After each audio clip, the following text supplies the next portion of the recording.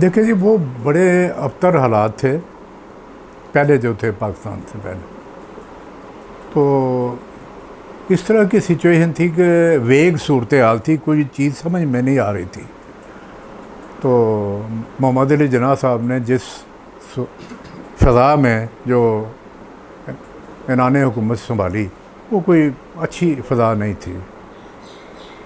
बल्कि तब भी ये होता था कि उनके वो थे, ये कॉमन पिने ये नहीं थी, तो वो इनसे काम चलाया करते थे।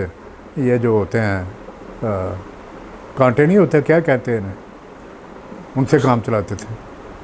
फिर वो फ्लश सिस्टम कोई नहीं था, लेकिन फ्लश सिस्टम जब बना तो ढाका के 2 वज़ीर थे, उन्होंने कहा जनाब कुछ हमारे लिए भी। तो कुछ एक वज़ीर था, उसने कहा जी वहाँ तो दरिया के किनारे पर लोग बैठकर फारग हो जाते हैं। तो ये गलत बात है कि बांग्लादेश 1971 में बना था। आपने उसी वक्त बना दिया था जब उस बंदे ने ये बात की थी कि हम वो दरिया के किनारों पर बैठकर फारग हो जाते हैं। फिर आपने उनकी लैंग्वेज का बेड़ा गर्क किया। वो चाहते थे बंगाली भी उर्दू की तरह पाकिस्तान की दूसरी बेसिक लैंग्वेज गिनी जाए, जो नहीं मानी गई। तो ये 2 बड़ी चीज़ें थी जिन्होंने ये जो देखें, ज़बान जो है बहुत बड़ा टूल है। मैं एक लफ्ज़ यहाँ इस्तेमाल करूँगा, अगर आप इजाज़त दें मुझे तो। मैं बोलने को भौंकना कहा करता हूँ कि हर शख्स को भौंकने की इजाज़त होनी चाहिए। वो जो मर्ज़ी कहे, आप तनकीद कर सकते हैं, आप उसको माने ना माने, ये आपकी मर्ज़ी है, लेकिन आप उसे रोक नहीं सकते कि आप ये ना कहें। जब मैं सब कुछ कहना चाहता हूँ और कहता हूँ, फिर मैं आपको क्यों मना करूँ कि आप ना कहें कुछ भी। तो इसलिए कहने की ज़रूरत होनी चाहिए। वहाँ तब भी होता है 11 साढ़े 11 बजे, तो बंदे ने कहा जी वो ज़रा वो वक्फा ना कर लें। तो मोहम्मद अली जिन्ना साहब बोले, कहते हैं क्यों जी, चाय पी लें। तो उन्होंने कहा घर से पी कर नहीं आए, जिस तरह अभी ये करता था बंदा। मैं इसका कोई हामी हमनवा नहीं हूँ इमरान खान का। ये भी करता है, छोटे कप में चाय देता था और एक आध बिस्कुट होता था साथ। अब तो बकरे चल रहे हैं और जो मर्ज़ी कमाल है। आजकल तो मुल्क के पास कुछ नहीं है, बिजली महंगी है, तेल महंगा है, गैस महंगी है, बल्कि मिल ही नहीं रही।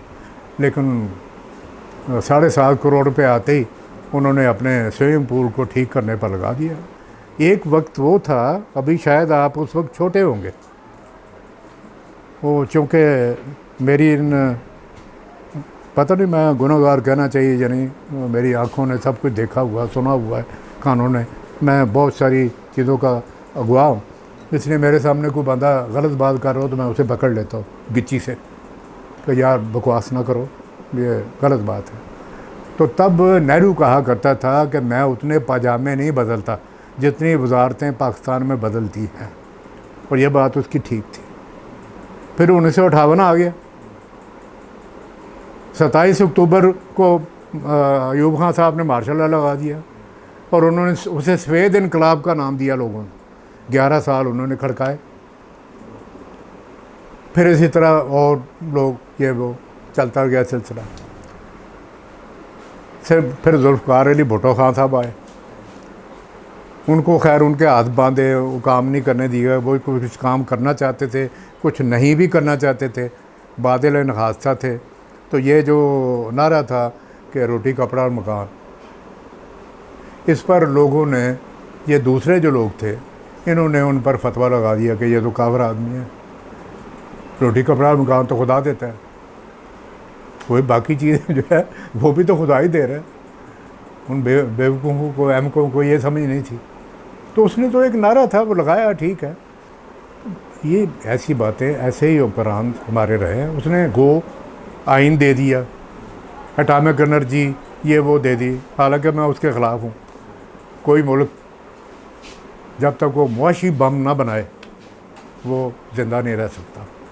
वो हम नहीं बनाया, हमने नहीं बनाया, हमने एटम बम बना लिया।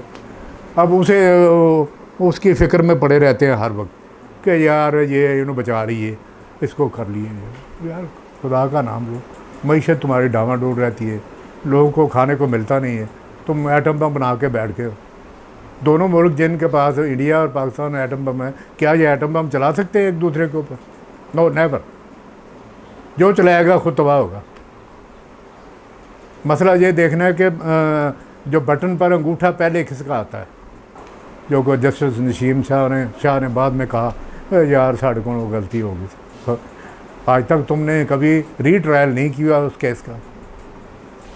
तो जुडिशरी जो है वो डायरेक्ट इन्वॉल्व हुई है हमारी इस सारे खेल में। जस्टिस मुनीर से लेकर 1954 से लेकर उसने लॉ ऑफ नेसेसिटी बनाया था, नज़रिया ज़रूरत। जस्टिस एक मौलवी तमीज़ुद्दीन होता था एक बंदा, शायद आपने नाम सुना हो। कितना सा बंदा था वो, मेरे शहर में भी आया था, मैंने उसे सुना था। मैं कहता था कि आवाज़ कहाँ से निकल रही है, इतना सा बंदा है और ऐसी आवाज़ कड़कदार। उसकी असम्बली तोड़ी थी उन्होंने। तो जैसे मुनीर साहब ने बाद में कहा नहीं जी वो अब रहने दें, टूट चुकी है, तो अब काम एक हो चुका है, उसे क्या दोबारा छेड़ना है। लो जी, लॉ नेसेसिटी बन गया। तब से वो कंटिन्यूशन है उसकी। जुडिशरी इन्वॉल्व होती है, फ़ौज इन्वॉल्व होती है, काम करने नहीं देती जो करना भी चाहता है। अव्वल तो ऐसे लोग आए नहीं जो काम करना चाहते थे, एक आध आया काम करना चाहता था, काम नहीं करने दिया गया। तो ये हमारी थ्रू आउट हिस्ट्री जो है वो इसी तरह। अब आप देखें ये जो थोड़े दिन पहले जो हुआ है, कड़मचू मचा है। मेरी बात सुने, मैं आपको एक चीज़ बताता हूँ। आइन का की आड़ लेकर ना सारे ये खेल खेले जाते हैं हमेशा। भाई उसने बचा लिया, बचाना चाहता था वो अपने आप को, लेकिन उसने आइन का ही सहारा लिया, उसकी एक चेक का सहारा लिया। उसने कहा कि मैं अदम एतमाद की तहरीक मैं नहीं पेश करता। डिप्टी जो था वो स्पीकर, आपने छलांग लगाई, आप बीच में आ गए। अब उसकी बैकग्राउंड है, एक प्राइवेट बैकग्राउंड है कि उनको बाकायदा थ्रेट किया गया था। ये जो आपका इस वक्त चीफ जस्टिस है, उसकी बेटी जो है, उसका खामद जो है वो MPA है नून का। उसे थ्रेट मिला कि अगर तुमने ऐसा ना किया जो हम चाहते हैं तो तुम्हारी बेटी घर में बैठ जाएगी। तो 12 बजे रात को दरवाजे खुले अदालतों के, ये वो सारा कुछ हुआ सारा। मैं ये समझता हूँ कि जो कुछ उस रात को हुआ, जो डिप्टी स्पीकर ने किया, वो एक दूसरे को कत्ल भी कर देते। तुम्हारा कोई काम नहीं था, तुम उसमें एंटर हो जाते। तुम्हारी अपनी वर्शन है, तुम्हारे अपने फैसले हैं कि हम इनकी ज्यूरिसडिक्शन में नहीं आ सकते। जो असेंबली में कार हो रही हो, क्यों आए तुमने डायरेक्शन क्यों दी कि ये आइन से मुतसादम है? तुमने क्यों कहा कि इतने बजे ये करो, इतने बजे ये करो? तो बड़े लोग, कोई इस मुल्क में कुछ चलने दो। ये रजीम चेंज अमेरिका ने श्रीलंका में भी करवाया, पाकिस्तान में भी करवाया।